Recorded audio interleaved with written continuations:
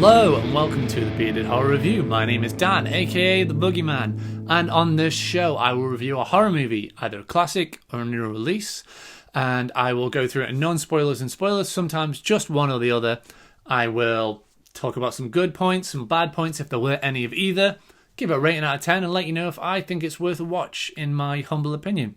And this week it's just going to be a completely spoiler review, because cut the cheese, get to the point. We're going to be talking about The Nun. So original recipe Nun, X-Men Origins The Nun, the first Nun. We're going to be talking about The Nun. So the first Nun. And so I'm going to be doing this review, and then I'm going to be going to see the new Nun film, Nun 2, Back in the Habit.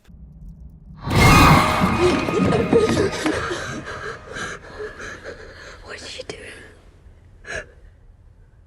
She's standing there. I'm going to be going to see that. So I wanted to do this review first, then go and see the new one, and then do a separate review. So hopefully these reviews should be coming out quite quickly after each other. Like I said, if you're a horror fan or you enjoy like the Conjuring films or whatever, you probably have seen The Nun. I will do a very brief non-spoiler, but frankly, this is just mainly going to be a completely spoiler review. So if you don't want The Nun spoiled from 2018, go see The Nun. Just go watch it. It's everywhere. You'll be able to watch it. And then come back and listen to this and see if you agreed with my thoughts or not. Before we carry on, guys, I just want to ask you, if you are watching this on YouTube, if you can leave a like, comment, and subscribe on this video. It really helps out. Subscribe to the channel, helping it grow, really is an amazing thing, and it will help it massively.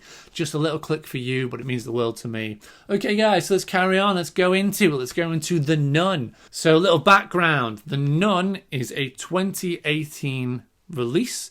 It is a spin-off, or you could say, as every studio now has to have a universe, it is a film from the Conjuring universe of films. Part of that franchise. We have had a lot of films coming from this franchise now.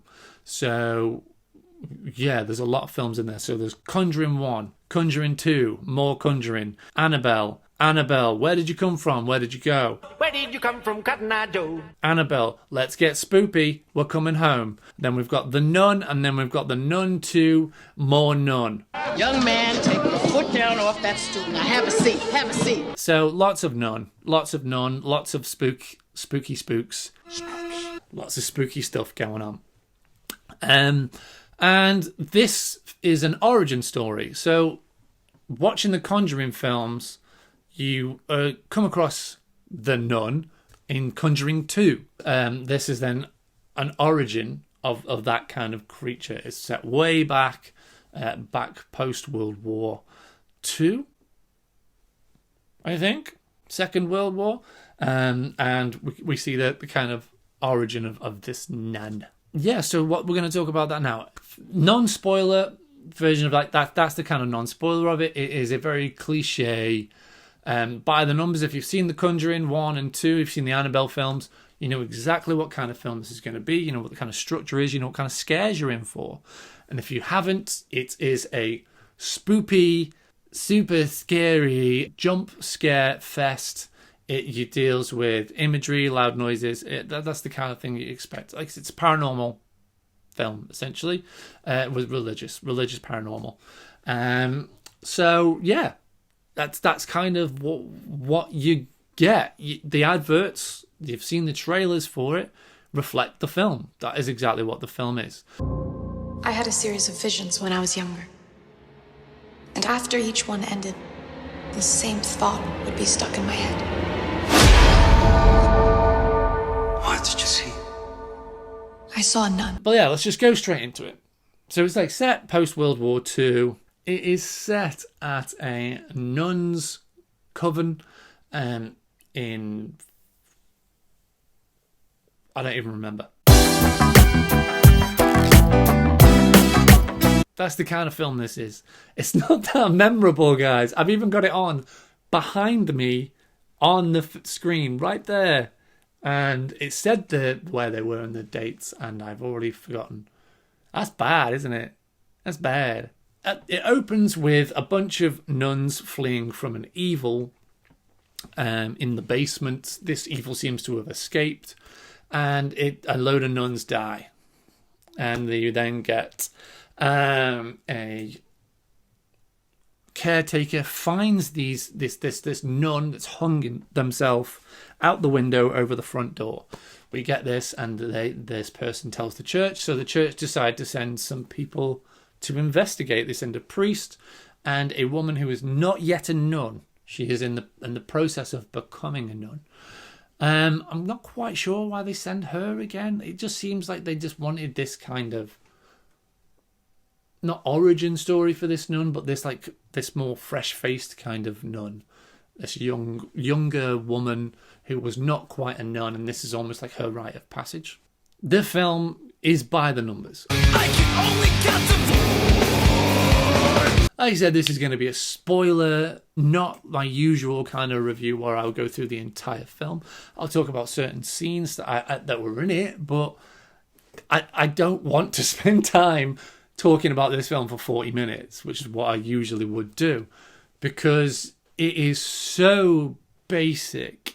This film isn't bad, but it's not good. It's just meh. It's just there.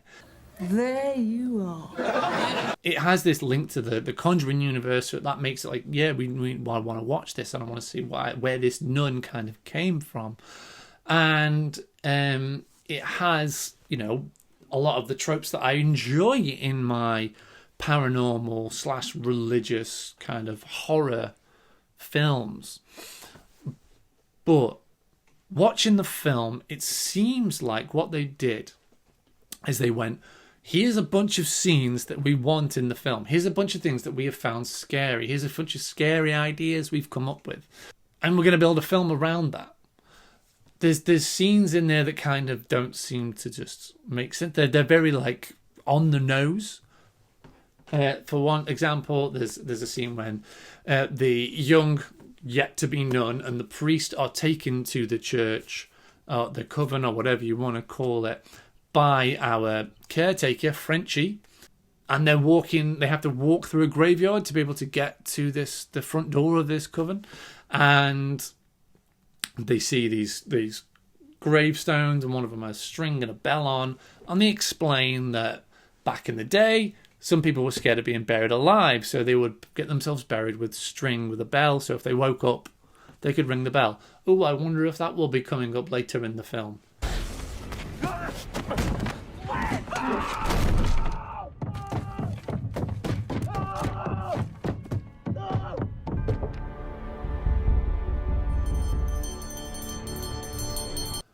Also, that is something that has been talked about and used in film for a couple of times. It's not an original kind of thing, but it's like someone would have heard that. Clearly, someone in the production office or the writer's office heard this and went, we could put that in there.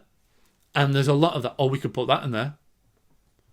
We could take a scene of a nun. What's the one thing that, you can't do? You can't take your own life. What if we got a nun to kill himself? Oh, we'll do that.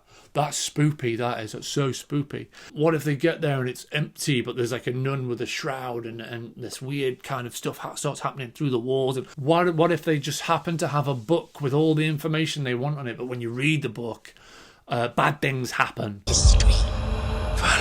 Yeah, we'll put that in there. There's a lot of that kind of just... It seems like they had ideas of bits, and then they built a film around it. And there are just literally just jump scare after jump scare after jump scare that seem out of place. There's a plot line that goes through it of this nun arrives, and she's communicating with other nuns in the nunnery. Of course, it's called a fucking nunnery, Dan. Why didn't you think of that? Ugh. And yes, she's communicating with these other nuns to get history about what's going on, what's happening, where everyone's gone, why this nun killed herself. Surprise! It turns out they're all dead. They've been dead the whole time. Yeah, that's spoopy. It's so spoopy. But again, it's something that we've seen before. It's a very easy trope to use, and the way that they get around other people not being able to see that these are the nuns. They just get separated all the time, and as soon as they're separated, these are the nuns show up to talk to this woman. And you're like, well, yeah, that's also the nun from the start who jumped out of a flipping window. Like, we watched her do it. We've seen her corpse like 4 times throughout the film. Are you expecting me to believe that this person is alive? There's just lots of very basic scares that you have seen before. Like I said, it's not a bad film. It's not a good film. It's just fine. And I think that is the worst thing you can be, is just fine. Because you're not so good it's bad. You're not amazing, so you want to tell everyone about it. It's just meh. And I do genuinely have the opinion of if this film wasn't in the Conjuring universe, one, it wouldn't have the budget that it's got now. No way in hell they would have the budget that it's got. It's clearly got some money behind it. But it also wouldn't have had many eyes on it, as many eyes as we have. It's because it's part of the Conjuring franchise. Conjuring 1 and 2 are great films, and we cannot deny that. They are really good films. The first one is an excellent possession film. It's very, very well done. Again, James Wan knocked it out of the park every time. Conjuring 2, it's not as good as the first one, but it is still a good film. And it always makes me laugh, all the terrible English accents that are in it. Are things not bad enough round here that I've got to get a call from your headmistress who says that you was caught smoking? And it is, again, based on a true story. The Nun, obviously, is a fictionalized story altogether. At least the Conjuring 1 and 2 were at least, based on events. And they had groundworks to kind of build from, and then they kind of went from there. And they had a good writing team behind them and all this stuff. But this, it suffers. It suffers from the lack of James Wan. It suffers from by the numbers writing and directing. There's not really anything in this film where I look at it and go, oh, that is a great shot. Oh, that stands out as this person's style. Or you could show me a shot from this and a bunch of other horror films set in the era, and I wouldn't be able to really differentiate much. All I would know is I can remember that character's from The Nun, but visually it's bland and it's dark and it's not interesting to look at. It is, again, it's cheap, it's loud noises, it's digitally changed voices. It is typical drop out the volume, big loud jump scare kind of film. And again, I've said many times that it's just fine. And it is just fine. I can watch it, and I've watched it with people and I have made fun of it while we were watching it and had a good laugh. It doesn't mean that it's so bad it's good. It means it's mediocre and it's easy to make fun of in places. But it's one of those, and they had to retroactively link this film with the future films of The Conjuring. So what they've done, again, minor spoilers for Conjuring 1/2 and maybe the newer upcoming Conjuring 4 that we're supposed to be getting. Again, I haven't watched the trailer for that. But I know it's coming. I'm very aware that it's coming out. There's a scene, I think it's in the first film, where they're showing a video of an exorcism. The Warrens are showing a video of an exorcism that they have performed. And they say this is a French-Canadian man who, was possessed and all this, and we saw crosses under his skin. And that's the same guy in this. The caretaker in this is Frenchie. They literally call him Frenchie. French-Canadian guy named Frenchie. I'm French-Canadian. They've linked it that way, so they had to kind of okay, we need this character here, so this character can go on to there. So it's like that. It's just is what it is. It's almost feels like a space filler. Everyone I know who's into horror films, who likes the Conjuring films, really likes the imagery of the nun, played by this woman. She's fantastic. She's in this. She's in Mulholland Drive. She's cast in roles where she's very interesting looking. And there is something going on with her at the minute, and Warner Brothers, it's this, which again, we're not going to talk too much about the film industry, but I think I've made it subtly clear how I feel about some of the film industry at the minute. Maybe I'll do a video on it. Let me know if you guys want me to hear more thoughts about my opinions on like the way the film industry is going at the moment. Drop it down below. Yeah, The Conjuring, it's fine. It's got your spooks. If you love jump scares and you like spooky, paranormal, possession, religious horror, if you enjoyed The Conjuring 1, 2, if you enjoyed Annabelle 1 and 2, you are going to enjoy The Nun. You're going to enjoy it. Is it the best one in the series, in the universe? No, it is not. I'm hoping that they have learned their lessons from The Nun 2 and kind of built upon, you know, being a little bit more original, a little bit more unpredictable. But we shall see. And maybe I will be biting my tongue in my next video for The Nun 2. Who knows? But yeah, a bit of a shorter one today, guys. Let me know what you thought about The Nun, original recipe Nun, OG Nun, classic Nun. Drop the comments down below. Let me know what you thought. Yeah, drop me a message. Go follow me on social media. I'm as Boogey_man_DH on Instagram. Please, again, guys, if you can subscribe, drop a like and a comment. That would be awesome for this. I am currently working through my Saw series that is going to be going up on my Patreon. Links are down below. Thank you very much for watching, guys. I look forward to hearing from you. And until next time, happy watching.